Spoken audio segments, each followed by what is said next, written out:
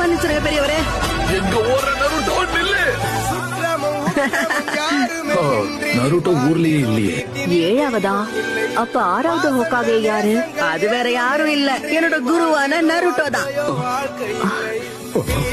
7வது ஹோக்காகேவா ஆவானான்னு தெரியல, ஆனா அடுத்த நருட்டோவா உருவாகிட்டு இருக்கான். நீ எங்க இருந்தாலும் கண்டிப்பா நல்லா இருப்பேன்னு எனக்கு தெரியும் நருட்டோ. நருட்டோ சொன்னதை இப்ப வரைக்கும் என்னால மறக்கவே முடியல. மாஸ்டர் ஜெராயாவோட நல்ல ட்ரைனிங் எடுத்துட்டு இருப்பான்னு இப்ப வரைக்கும் நம்புறேன். பல வருடங்கள் ஆயிடுச்சு, ஆனா இந்நேரத்துக்கு அவங்க 2 பேரும் திரும்ப வந்திருக்கணுமே.